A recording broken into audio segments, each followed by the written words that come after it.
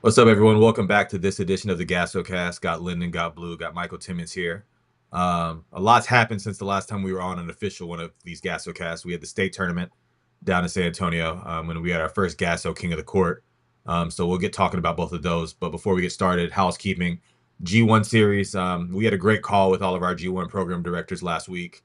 And we were in the conference stage building right now. So we're very excited to launch that and get the schedule out to you very soon.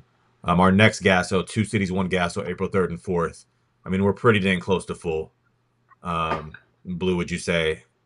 Like, Yeah, we're working on a couple of logistics of that, and it's you better text me if you need a spot and kind of see where we are. yeah, So there's a couple Friday, spots lingering in all cities. yeah, Friday and Saturday, since Easter Sunday, we'll be in Houston and Duncanville at the same time. One of our favorite events. It's the loaded field, and we're excited to build those schedules and get those schedules out quicker than other events, just because we want to prioritize you, the program, for sure. So newsletter, it's going to get even more crazier as we start our GASO season and grassroots season. So much content from all over the place. And as always, follow us on social media. I've changed my X and Instagram handle for My Film Hoopers, retired that, and we're M Timmons Hoop now. So if you're hoops now, so if you're looking for me, you can find me. All right, let's get into it. Like I said, March has been fire. That's the title. We're 2 weeks removed from state. What's one quick thought about state, just to kind of tie a bow on that? Blue, I'll start with you. Yeah, I think it kind of goes back to this for me the split divisions. I think that we can kind of see that there is um, there's a gap there when you go from a Division 1 to a Division 2, no matter what classification you're in.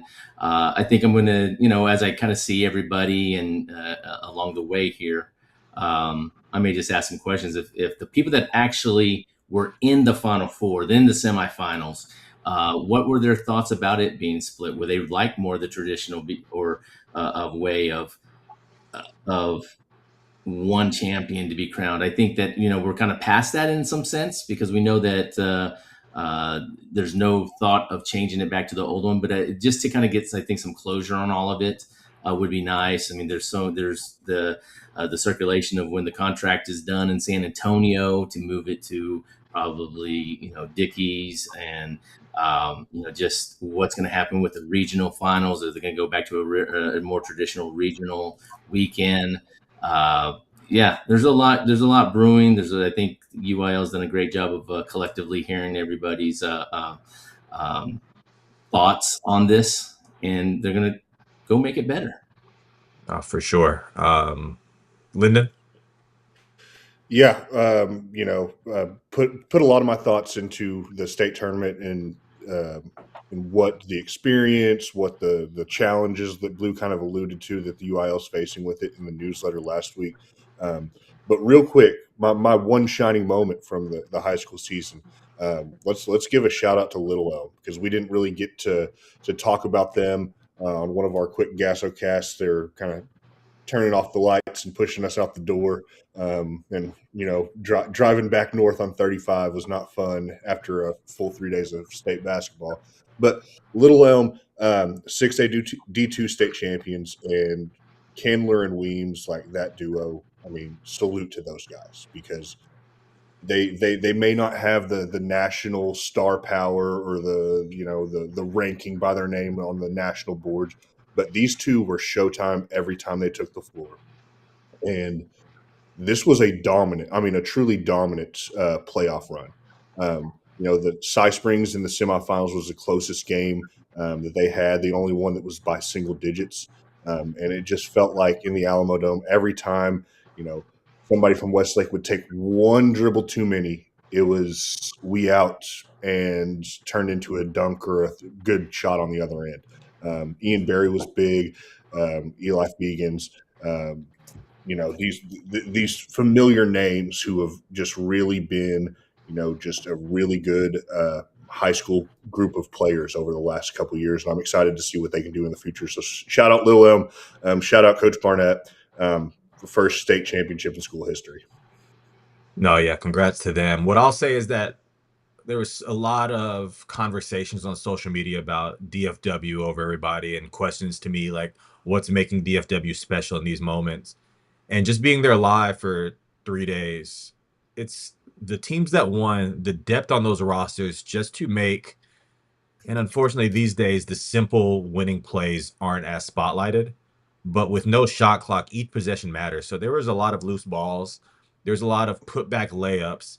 And those were the keys. A lot of the 4 through 8 on a roster were able to make those plays more consistently than their opponents.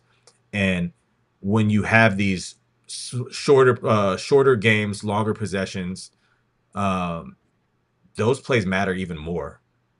We had some of the teams that weren't able to get the win at state. They had opportunities at the rim and just didn't make it happen. And when we talk about not being able to shoot it, that's one thing we always question. Can you make shots in the Alamo Dome in that environment? A lot of those offensive rebounds, a lot of those 50-50 loose balls, a lot of just in transition, just not turning the ball over and just getting a good look benefited more so for those DFW teams. And I saw that quite a bit. The stars are going to be stars for the most part, but your third, fourth, fifth, sixth options when they're not the primary focal point on offense. What are they doing to get that ball in the basket or get stops? And that happened quite a bit for those DFW teams, and it led to a lot of success. So, but yeah, we're getting the grassroots season now. So, if any of you Houston or San Antonio teams want your get back, you can try to come get it at GASO because we'll get you those matchups to find you those wins for sure. So, moving on, we started our GASO season last weekend for King of the Court, one of our first stops in Duncanville. Let's get it started and talk some players. Who was your loud performer from King of the Court, Blue? Caden Johnson from 3D Empire Pro 1617U. I'm really going back into the memory bank here to try to pull somebody as physical with the basketball as a point guard. And man, he's got to be one of the top ones on top of the list. I mean, he when he's dribbling the ball, everything is like he wants to it's like he's trying to dribble and make a hole in the court. It's like everything is very powerful. Everything is when he wants to go downhill and he decides to, he's going to go downhill. He's going to lean on you. And when you look at like the really good point guards of the class of that are playing an NCAA tournament, they're physical, they're big, they're strong.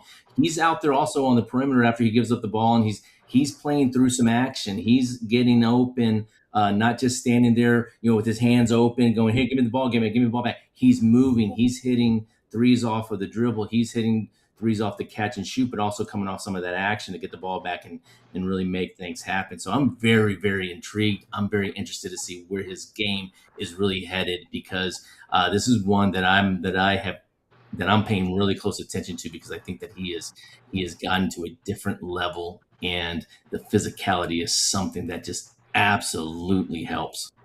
Yeah, it was fun to see Sean Ward with that 3D. You always kind of know what type of makeup you're going to see with 3D Empire, but you have some of those dynamic guards along with the shooting and the way they run sets. And you give a kid like Cade Johnson any type of advantage downhill, he's a real problem. So yeah, good pull on that. Lyndon, who is your live performer?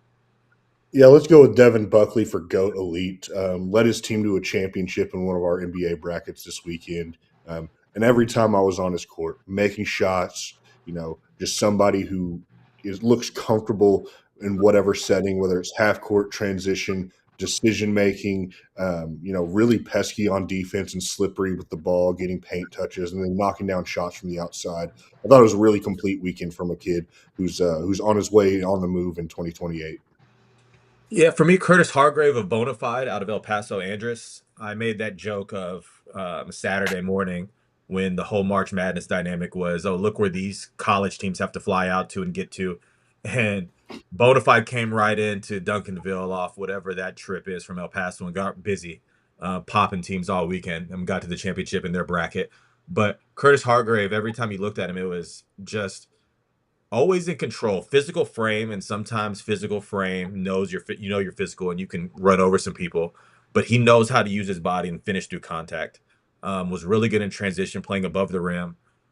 Just one of those prospects, and I tell a lot of when you're not coming from a big metroplex, when you come to a DFW area or to a bigger metroplex, you need to assert yourself and show that you're a dude, and he did that in a big way. And that Bonafide team is one of already early on one of my favorite teams to watch, just the way they play. And Curtis was a big part of that. Our next segment, the progression is real. Who's a player that continues to come into his own as a prospect? Blue, I'm sending it back to you. Yeah, Christian Smith from Farmersville. He suited up for YPG 17U. He's a guy that I remember being courtside with Lyndon. We're watching him when he was at Canyon a couple TABCs ago, and we've kept a we tracked him, and then now here he is. He did transfer over to Farmersville.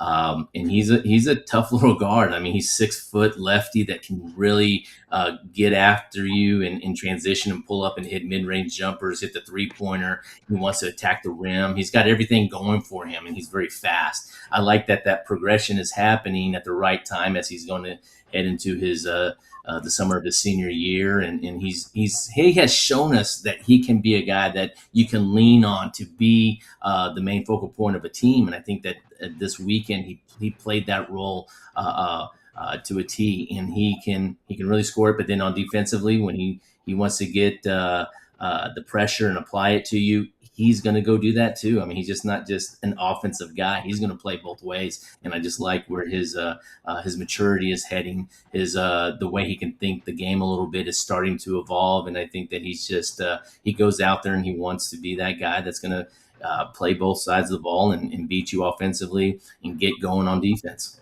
No, good pull. He was awesome this past weekend. Lyndon, who is your guy? Yeah, let's go with Alex Brewington for Skills Pay Bills.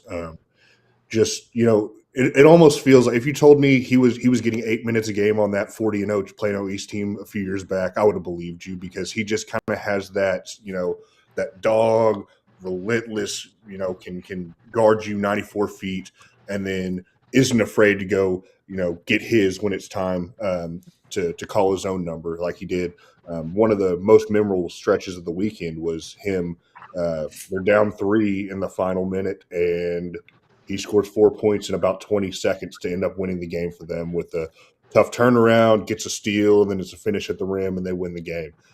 So, just a kid who I think is really starting to come into his own as an offensive player, but he has so many intangibles and just the plays hard, everything that he does. He's a player that's moving in the right direction. Yeah, for me, Dashiell Glasgow of United Ballers out of Dallas Jesuit. 6'8", a big that has great footwork inside, can do some back to the basket stuff. But his progression is shooting from the perimeter. I've tracked him for a few years. He keeps getting better and better and more consistent production. He walls up on defense. He's not the most athletic in his frame right now, but he plays hard, and that allows him to play bigger and more productive on both ends of the court.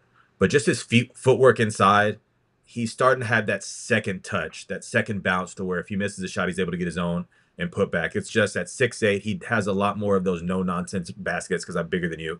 Super skilled, and I'm excited to see as he continues to develop into that frame where we see him in 3 months, 6 months, a year from now, because he's going to be a prospect for sure. Moving on, we got our eyes on some of our next gens, so let's hit us some quick hitters on some next gens. Blue, I'll start with you. Oh yeah, London Jackson, AB Elite 2029, San Antonio Harlan. I mean, this kid is good as advertised. I mean, he was very instrumental in every win that Harlan had this past year. Competes. Then you look at him at AB, and he's just filling in a different role, but. You know what? He's looked at to go score. He's a guy that's going to try to find the right angles, and that's hard to do at such a young age. But he finds the right angles. He's going to hit score from all three levels. Keep an eye on him. Alex Aluga from AB Elite 2028. He plays with a lot of instinct, long arms, runs the floor, gets some trash buckets. He'll defend, and he's going to be one of those guys that is going to become a complete player on both ends of the court. Lyndon. Yeah, a couple of guards from the 940. Deshaun White, City View, Caden Gershner for Burke, and out for playing for OWE this weekend. Both shot it really well. And then you add in a Brayshawn Kennard, really high level, high field bucket getter. These guys were fun, and they gave everybody who they played real smoke this weekend. Yeah, for me, it was Beckett McCaslin and Lyndon off sitting at the GASO table. I was like, can I go ask him if his dad's coming to watch him play this weekend? Obviously, Texas Tech was still in the tournament, and they had a great season with Grant McCaslin. I'm running the show over there. But Beckett, The one thing I liked about him was at the beginning of the game, he hits a deep three, and I'm like, of course he can shoot.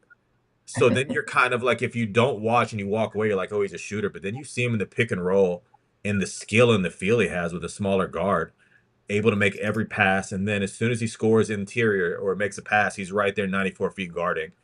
And it looks just like what Jet did. Jet committed to playing both sides of the basketball, his older brother. And you can tell that they've instilled those values as a small guard. You got to be able to shoot it. You got to be tough. You got to be skilled. You got to be able to want to defend. And Beckett's doing that. And when you have a chance to learn from your dad and his older brother Jet, who is a great prospect, Beckett has a real chance. And I know Sean, working with Sean in 3D, the sky's the limit for him. All right, our last segment of the day, unsigned seniors. Blue, I'll start with you. We had some good ones all over the gym. Colin Griffith from United Ballers played at Capel High School. Talk about a guy that's probably a complete offensive threat. Lyndon and I were sitting there talking, and we looked at each other and said, "Well, I can name you about 3 or 4 colleges that need to start watching him because people are going to want bigger guards, bigger wings, and he's 6'4", 6'5", and can shoot the three, put it on the floor, he'll get to the basket, he'll go finish. And so he's a guy that's just kind of sitting out there right now that a lot of teams need to start pulling up some film and watching his games. Linden? Yeah, let's go with Tremel Scott with Arnold Elite. Really productive weekend. Liked what I saw from him. Always felt like he was making the right plays and around the ball in key areas. And just off the back of this, picked up an offer from Bethany on Monday, just to kind of really tie a bow on a good weekend for him. For me, Jordan Goodman and Taylon Jackson of 3D Empire. I like these two together as unsigned seniors because they're two different prospects and players, and they work well off of each other. Jackson just kind of runs the show and makes those tough, high-level plays, especially in the half-court setting. Any advantage he has, he's able to get paint touches, finish over the top, or find open players. And then Jordan Goodman, we know what he is. One of those explosive guards that can heat up in a hurry, 5, 6 threes in a game without even blinking. And just those two are so dynamic off of each other. And they are both college basketball players. And they played with the urgency that we always try to tell, like, unsigned seniors, when y'all come to play in events right now, the urgency has to be there. You have to be wired different to stand out in this setting. So if you're just coming out here to hoop and just be like, oh, somebody's going to come pick me up, that's not how this works. You got to show, if nobody knows what age you are, anybody on the court, they need to be like, oh, that's a leader right there. And you need to set yourself apart just by approaching the game different with urgency that, hey, my clock's running out and I need somebody to see me now. The urgency you play with stands out more than you know, and you need to bring that every time because your time's limited right now. So put it on the court when you come and play the events, and especially when you get that opportunity from a coach to put you on a roster. Blue? Yeah, I want to add to that because you bring up a very good point. I had a number of calls, whether it was from parents, high school coaches, where's the next unsigned senior event? Who has it? Those aren't as popular anymore. Those are not where you're going to go as of right now. Those are not where you're going to go to go earn scholarships. I think playing, like you said, Michael, being on the court and being prepared and just don't walk through the motions. If you're wanting to go to that next step, you want to get that attraction by the college coaches. Play hard. Look at us. We're not done with them. We're not done with the unsigned seniors. We're sitting here and we're talking about them. We just talked about a handful of them. There'll be maybe a couple more in the newsletter. Like your sense of urgency has to be at an all-time high. However, take it seriously when you hit the court at a tournament because you just don't know who's watching. Like Michael said, and also the point that this is your tryout in a lot of ways because there's none of those unsigned senior events that are packed with college coaches and people lined up. I've spoken to them. They're not into that part of the business right now, and so this is where you have to shine because of all of the technology and everything that's out there. Your story will get out there. And the one thing we say about GASO is every weekend's a live period. We have D3s, D2s, JUCOs, NAIAs coming to every single one of our events. They're always around. We had college coaches this past weekend at King of the Court. We're going to have even more at Two Cities, One GASO. They're texting us earlier and earlier asking for rosters so they can start to make it a point to see names they've recognized. So it's not too late, but you have to walk in there with urgency and play like it is too late. and buy into whatever program you're playing for. We've seen in the past a lot of unsigned seniors just come out there, no practice. They're like, I'm just going to go hoop and shoot a lot. They'll see me. That's not going to work. The two I talked about, Jordan Goodman and Taylon Jackson, they're going to 3D Empire practice. They're buying into what they're trying to do to accomplish. So yeah, go all out on this, and you'll see you have a better opportunity for a college coach to see you in the next couple months. So, but yeah, glad to be back with y'all. We're back on our weekly GASO cast with a lot of stuff to talk about throughout the GASO and grassroots season. Shout out to all the state champions, and shout out to everybody that's had a great high school season. And just keep working, and we'll talk to y'all soon. Peace.